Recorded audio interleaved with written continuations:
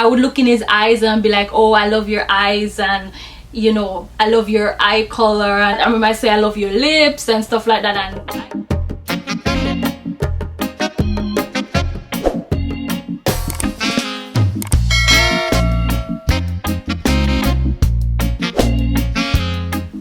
hello everyone, welcome back to our channel, the Parchment fam, and welcome to another episode of Sit Down Sundays. Yes. Right, so this is episode number something. We don't know which number this We but lost we not really keep track of the number them, but we missed last week. Yeah, we had Yes. sorry for the inconvenience, but we did have some little difficulty last week. Sunday.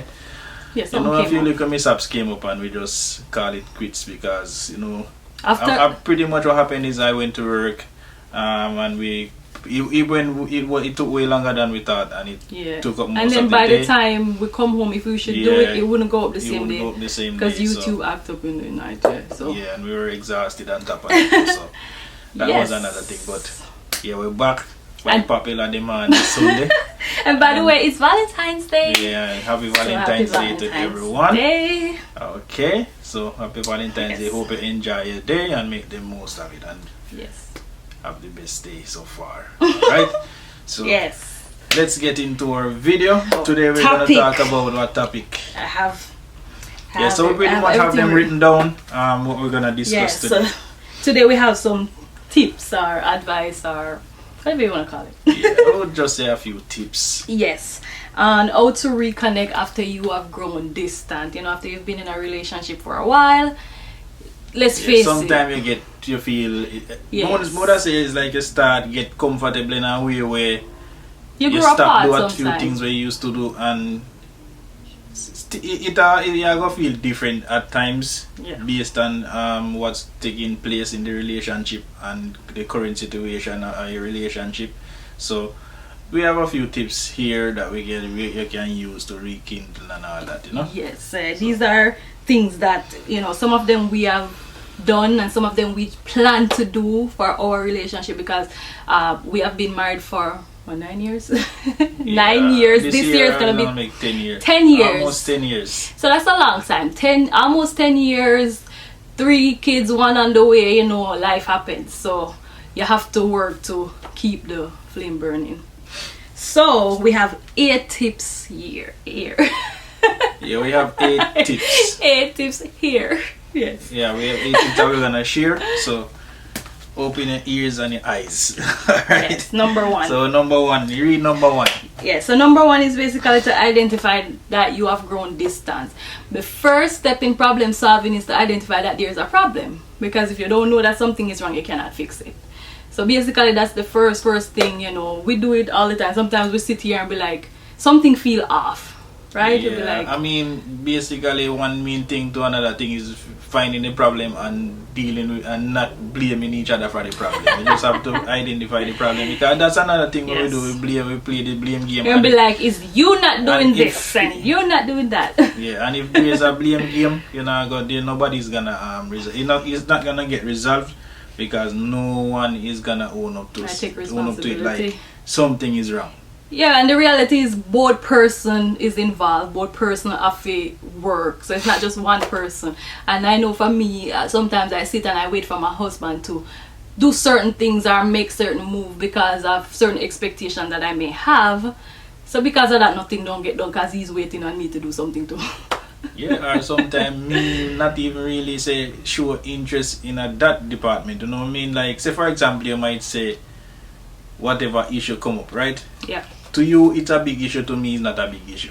So for me we just leave it and let it go by and say, well, that is nothing big, that, you know, when to you is the biggest thing. Yeah, so and that's why once you that is another identify thing. and talk about it, you can't just sit down and just say, okay, because I do it. Sometimes I sit down and I'm like, in my head I'm like, something is wrong, and you know, I just sit there and I talk about it, and the other person may not see that something is wrong. You know, you're drifting apart and all that, so you have to identify. Yeah, and the at problem. the same time, if you see something wrong and you don't know if the other person see it, you're just assuming that they see it and they don't care. Never do that.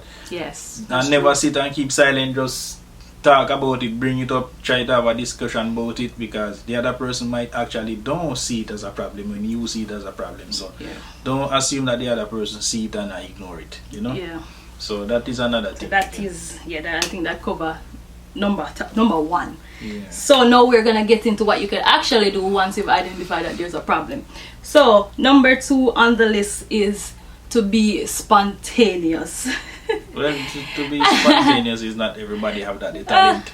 You know? Well, I mean, talent you call it. Yeah, it's a talent. Well, if you don't have it, I think you gotta learn it. Yeah, so it's somewhere we come over time, somewhere you have to practice. So Yes. it's not somewhere just and being spontaneous don't mean it works for your partner as well. Some people you try if you do something and it's not what you think But that's after you something they know might them like. for a while, you know. No, me know, but you try to be spontaneous and come up with the wrong idea. The other person shouldn't. It's like it altering you completely That's from true. be doing that again. So that is another thing. You have to know your partner. You have to know them. Exactly what you can do. You know, what you can do for you actually spark something or get Yeah, so when you're coming up with ideas to be spontaneous, you're gonna have to take your partner in mind. You have it pretty much take your partner in mind. Know what they like, or if you don't not sure, observe or try hint something to get something out of them. Yeah, I do that all the time. Something like that, you know. I do that all the time. Something Yeah, like so that. you wanna know something, you kind of pick at it, and you know you learn because you know when you be spontaneous and when you least expect something, you know I think it just like it pretty much it extract a different reaction from the person. Yes, it's When gonna you do trigger that, different emotion. Yeah, it's gonna You know, trigger just like how something you out of nowhere just pop up with a gift and we never expect it. Yes, for today for Valentine's Day. We don't normally exchange gift on Valentine's Day. So again, yeah, normally we eat something nice or something. We don't really say buy gifts. Sometimes we do, sometimes we don't. But when was the last time that I think it's one of those dates that for us it's never a big deal. But you know, him pop up this morning with a gift, so that was spontaneous. Yeah. So anyways, yeah, you wanna be spontaneous. You know, you can come up with little stuff where you can do. You guys maybe meet at a motel or something like that. Anything. You know, you have to know your partner and come up with something spontaneous to do. So number 3, for me, you know, it might not work for everyone, but I like to think about when we first met. I like to do that. That works for me. Maybe it might. I mean, we're just giving you stuff that you can try. If it's something that you've never tried before, just think about when you first meet the person, that emotion that you were feeling when all the hormones are running wild and I wouldn't say even just meet. I mean, when I just meet the person, it wasn't like that. But during the time when you start, when you feelings with the person, when you start get a feelings with the person. So. Because I can remember, but I remember you always talk about when we first meet. Like we were just there here and him tell me the whole story of when him first met. So obviously you must get something out of it, don't it? What do you feel when you think about it? Do you feel a particular way? It does remind you of certain things when you go back there. So you understand? Yeah. So yeah, that's it. I know for me, when I think about when we first, not necessarily when we first meet, but like I said, when we just start, you know, those feelings start develop, it really bring back that feeling. Even if you start lose it after a while, it bring it back. So try it, you know, maybe it's something that you could try. Yeah, I mean, the big word for that is just reflect and, you know, yeah. You just meet. Alright, so the number 4, we've tried this and yeah, this was fun. Spend about 5 minutes. You can do 2 if you can't go all the way to 5. We never go 5 yet. I mean, I don't know who we went 5 minutes. You don't remember that? Spend about 2 to 5 minutes. That's around 2.5 minutes. 2 to 5 minutes. That means because it start work. 2 to 5 minutes looking into each other's eye without, you're not gonna say anything or get distracted or anything. So basically you're gonna just sit and look into each other's eyes and see how you feel afterwards. That's something we try and it really did help us connect on a different level. Do you agree? Yeah, you're right, man. Okay, Mr. Say you're gonna have something bad. I know some I say something bad, but you can't just do it. So you have to have a mindset so you go do it. You never have the mindset because of me just pop up and say let's try it. But when you look, you can't look when you look in a person and you not think about the show you did. Yeah, but that's what I'm saying. You cannot be distracted. That's the key. you're looking into the person's eye and it's just you and the person. You're not think about what the kids them are do. You're not thinking about work. Nothing. It's just you and the person, and it will work. Yes, it's gonna bring about a different emotion and different feeling, right? Because you did feel something, right? Yeah, no. Yeah, me no remember a long time. you did feel something because you did tell me that him don't want to come off as soft. Yeah, you type of person when believe everything people tell you. He don't want to come off as soft people because yeah, you type of person when believe everything people tell you. Well, because don't me try it. It's like I think I read it somewhere. I was watching a video and I'm like, I want to try it, and I tried and it did work. It worked. You know, say it worked. Anyways, stop to my number 5. Number 5 hours. You wanna let your partner know exactly how you see them by complimenting their features. And the reason why I said it is that I know for me, sometimes I go throughout the day and I'm thinking, does he still see me the same way he did when, back when we first met, or over time? Yeah, I know you can get it hard to talk, but I'm just saying that's how I feel. And that's just because sometimes after having kids and all of that, you start looking at yourself a certain way. I feel most of the time as a mother. That's how me feel. I don't feel like a partner to him. I feel more of a mother, to the kids. So I'm always wondering, how does he see me? Like, does he see me as sexy or whatever the case is? So I think that if your partner does it a lot, consistently complimenting your features and stuff like that, then it will kind of eliminate that feeling where you're thinking how they see you if they're doing it and expressing it. Do you feel that way too? I don't feel that way because it's all about me can't control your mind. No, I feel, but I'm saying, do you feel that way about your physique or whatever? I don't feel that way because at the end of the day, me can't control how you think, or me can't control how you but you want can control what you do. Right? Yeah, you can control what you do.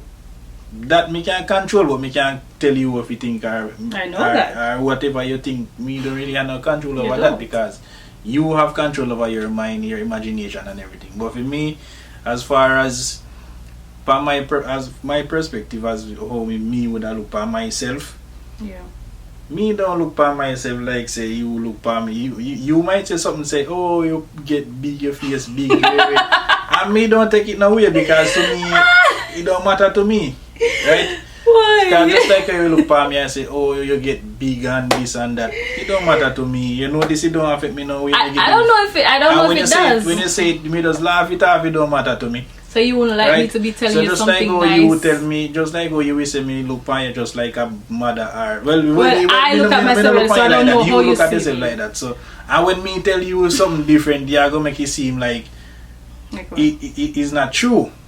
Yeah, because that's why you have to keep on consistently doing something. Because if in my head, it's almost like someone who has a self-esteem issue. They already have a self-esteem issue. So if somebody they'll keep on feeding them with certain thoughts, then they're not gonna feel good about themselves. Not that I really don't have a self-esteem issue. Yeah, I know I look good. Yeah, but I'm just saying when it comes down to... When I try to show you, it's like you think about yourself that way, right? And when you ask me... And I'm thinking, I don't know how you see me. Yeah, but when you ask me, I tell you how me see you now. You try put words in my mouth sometimes. Where you will say, oh, you not go so array. You will say not go so or something like that. The truth. So at the end of the day, you having that negative thought, even after me reassure you, it's gonna make you keep on thinking. I think it has to be consistent, though. That's the thing. It has to be consistent. Yeah, but me don't I give you a consistent answer every time you ask me. Yeah, but I don't want to have to ask. Yeah, you don't have to. That's the thing. You don't have to ask. I don't want to have to ask. Sometimes we say certain things and we say, oh, true, you don't feel so. So at the end of the day, it's up to you. Yeah, it's but not me. You still if I am telling you that's how I feel, that means there's more that you can do. And we are revealing this because it happens, it happens to the best of us. One person feel one way and the other person feel another way. So that's how I feel. That means you could do more to make me feel differently. Right. Yeah, that's something. Maybe you got gym then things like different. Go on and do. That means no, you're not telling me I'm fat. Yeah, because you feel say you fat. I don't feel if so you ask fat. me if you fat, I me tell you no. Me know say me no I fat. just say me must do some more. No, me no. Then me say me God know say me no fat. Maybe every gym I got gym. But anyways, I remember, like, you know, like how him say, no, me tell him say him face big and whatever. I remember back in the day, I used to say nice stuff, like I would look in his eyes and be like, oh, I love your eyes, and you know, I love your eye color and stuff like that. I remember I say I love your lips and stuff like that, and I can admit that I don't do those things anymore. I don't know if it bothers him. Something that's not really bad. You know this, you always say, you know, no, but the funny thing is, you know, most time you always say, oh, such and such, but you always say no. No, but I mean, it's weird. Like people, not really, but nothing bother me. But even though it doesn't bother you, I do think that it has an impact on how we connect as a couple. Because back then, when I used to say all these things, it is gonna bring about, listen, the body work off of chemical reactions and processes, and when you do and say certain things is gonna be released. So that's what happened when I used to say all these nice stuff. You know, it might not bother you because I'm not doing it, but when I used to do it, it's gonna trigger a different reaction and different feeling from you, which is gonna bring us closer. So even though it don't bother you now, yes, but if I do it, then the outcome that we're gonna get is gonna be better, if you understand what I say. Right? So yeah, just, you know, compliment each other as often as you get. Alright, so next one. Use every moment of the day to foster better communication with each other. So basically, and it goes, I'm just gonna tie it into the other one that says to have meaningful conversations. After a while, you know, your conversation revolves around bills, kids, money, work, money, house payment, and all of this something. That's just the reality of it. Sometimes we go on dates and it's gonna be about us, and we end up talking about something that pertaining to finances and all that good stuff, and we don't spend that time to, you know, have that conversation about ourselves and our relationship. Yeah, and it's stuff like that. It's like a lot of times. Well, we wouldn't say a lot of time. All the time, it's like we put ourselves on the back burner and our relationship. Yeah. Yeah, it's like most of the time we do that without even thinking about the fact that we're doing it, because exactly. It's like it become make everything is just overshadow that. You make bills, everything. We don't have anything we do with the love life. Yeah. Pretty much overshadow it. Yeah. And a lot of time that cause people to break up. And, you know, and it's like you disconnect. It becomes a part where you're coming like roommate or just brother and basic brother and sister relationship. You just come like business partners. After a while, you run a business. It's like you just try to get everything else when you're done and forget about each other. You know. Yeah. So you have to be intentional in that area where you purposely set aside time. Yeah, because it's like you're out there. It's like you try to gain everything and lose your partner at the same time. And know? if you and sometimes I always wonder why people break up after like 30 years of marriage and stuff like that. That's the reason why, because they spend all their time trying to make a home, a family, and everything work, cars, house, everything. Then they don't work on the relationship. And then a lot of times, sometimes as they get older, sometimes people get caught up with other things. We don't have nothing to do with that, you know. Yeah, but and I think what happened though, over time they drift and they're not seeing it.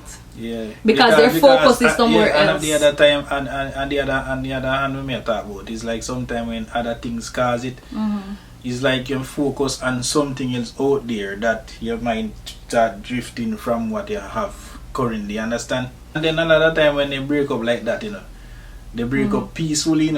You know this. Most time they break up peacefully and they still remain friends, because they say, well, we just say go, we just grew apart. We grew apart, exactly. They say we have a better relationship as friends, you know. Because that's the relationship they were fostering in the marriage. It's just a friendship, you know. Yeah, so they work well together as friends, but then when it come on to, you know, being lovers or anything like that, it just don't work anymore. Because they did not cater and nurture that part of it. So you wanna communicate and talk about that. Number 6. No, and number 8, the last one, come tell us number 6 and number 7 tied into one. So you want to be more passionate if you're not already, because some people them passion all over the place. But I know for us, like say for example, for us, you know, he's going to work or I'm going somewhere, we just like later and that's it, later. But yeah, in that moment, if you can spend an extra minute and, you know, kiss passionately, give the person something for go work or think about where they want to come home back to, then I think that will help you to reconnect. Because that chups, you just, in Jamaica we call it chups, you just chups and gone, right? It's like a routine. Routine, yeah. We start get it, you know, start do stuff with a routine, just and gone. So you wanna be. Sometimes me not say you not go ham all the time, because sometimes you rush out in a hurry and all those things. But when you can, you know, yeah, make it meaningful. So, because sometimes and even that alone, and say you gotta wreck a thing about something. Sometimes you go to the road, you never know what can happen. Sometimes. True, you know? you might not see the person again or whatever. You know, you're not thinking that will happen, but that's the reality of life. So you wanna make it count.